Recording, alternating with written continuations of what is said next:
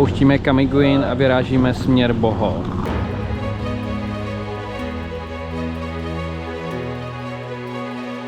Jsme tady měli prohlídku na vepřový maso. Jsme se tady museli prokleštit přes 1 000 000 taxíků, aby jsme se dostali do autobusu. A cena je 120 na osobu místo 1500. My jsme si tady dali takhle krásně pár jídel, akorát jsem se ptal na pivko, tak prý ho musí takhle hezky zabalit. Že je to povinnost tady.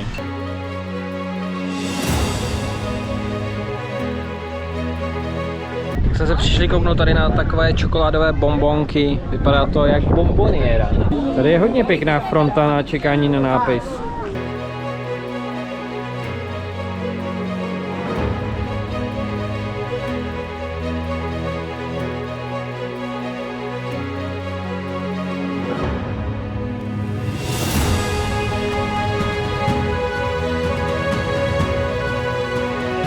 Jsem si vyzkoušel glamping a musím říct, že je docela pohoda. Takový hezký stáneček tady, bazén a místo na jídlo.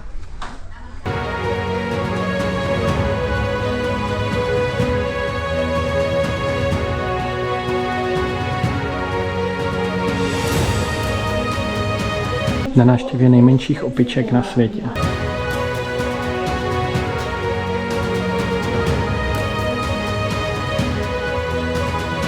Tak jsem si tady zaplatil projížďku lodí na pořece, hromada krevetek a celkově asi za 300 pade, neberte to, no, když je v tom tento jídlo a ještě party.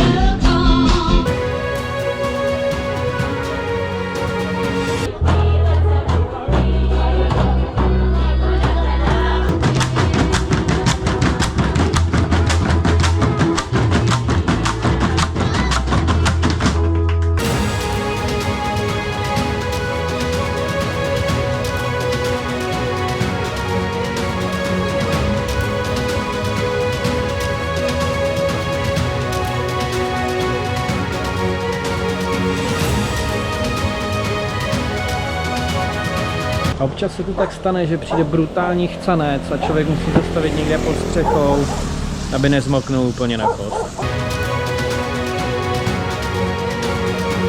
Občas tu trefím na dost zajímavý ubytování, třeba tady za 170 Kč na noc i včetně snídaně.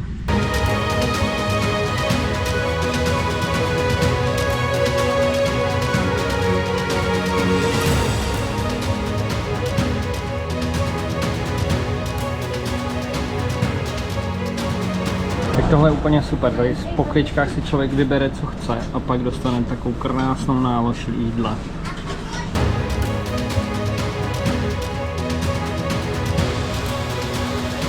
Taky tentokrát byla koupačka ve vodopádu.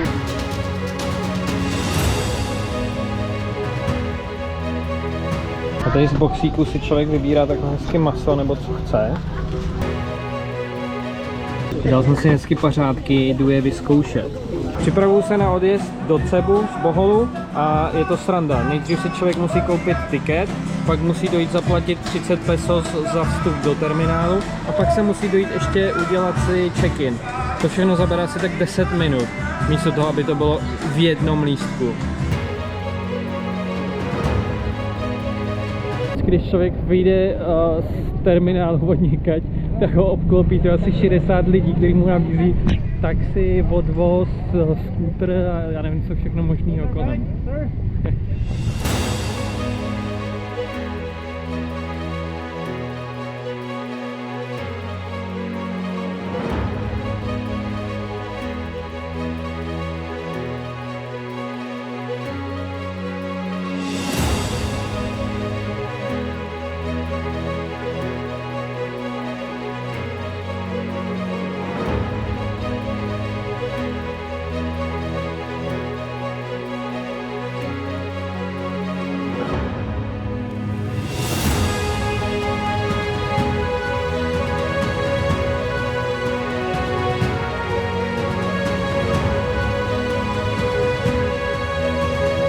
Tady se udělal nakonec typa, je to hustý. Basket tady hrajou a i kulábr.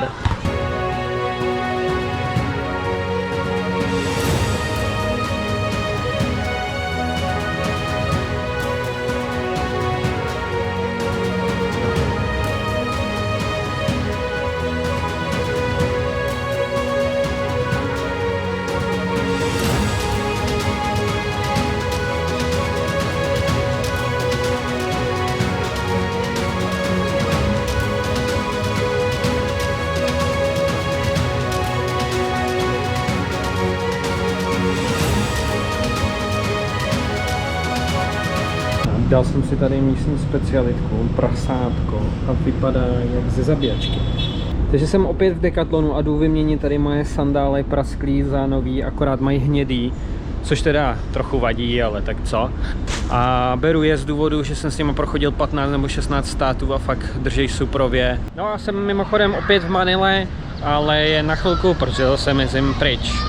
V místním fast foodu, a to je poprvé, co mám burger s hranolkama se špagetama. Dynamit, to je úplně super topovka tady na Filipínách. Je to chili plněný s sýrem a osmažený v těstičku. Fakt dobrý.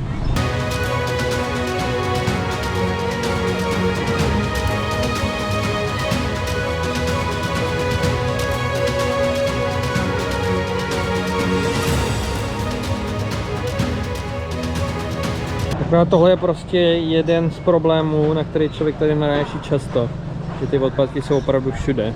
No, vypadá to krásně, akorát by mě zajímalo zase, jak to budu krájet to masíčko. Asi lžící. Tak toho jsou opravdu zvláštní vajíčka.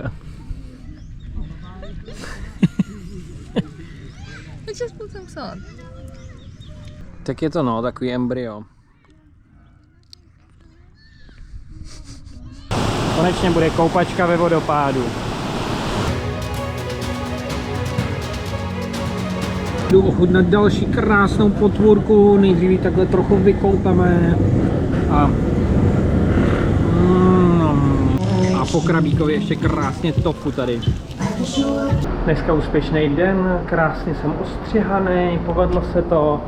Došel jsem vyzkoušet místní fast foodek, polívčička a tady krásná rejže s vepřovým za 55 korun. Dohromady.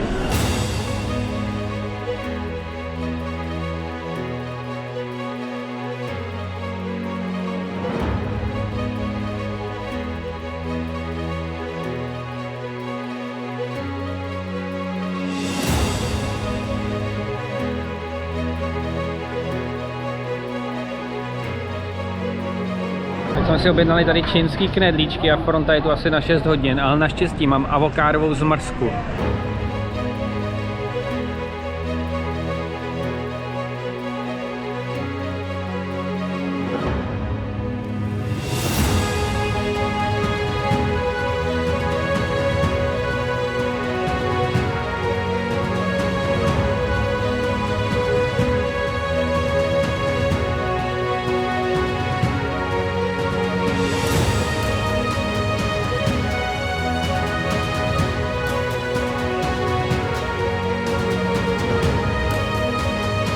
Tak to je zábava cestovat tady tím přeplněným metrem.